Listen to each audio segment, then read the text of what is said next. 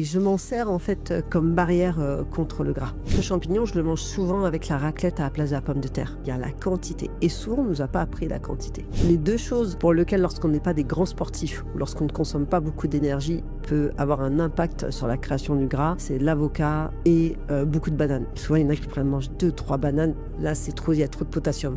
L'avocat plus le saumon ensemble, c'est pas spécialement le bon combo. C'est 1/4 d'avocat par jour, normalement ce qu'a besoin le corps.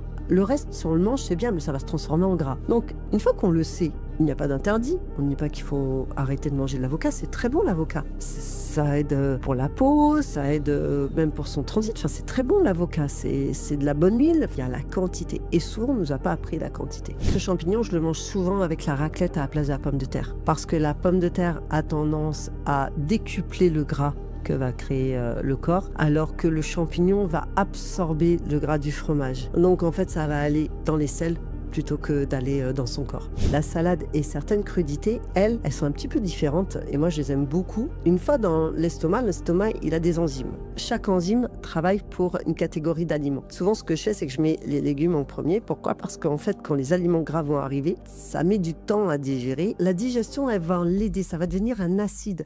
Et en étant un acide, au final, ça va éviter d'aller dans le corps et de faire du gras. Donc au final, le légume va être une sorte de barrière qui va broyer un peu plus les féculents, les pâtes, le riz, la pomme de terre, etc. Et je m'en sers en fait comme barrière contre le gras.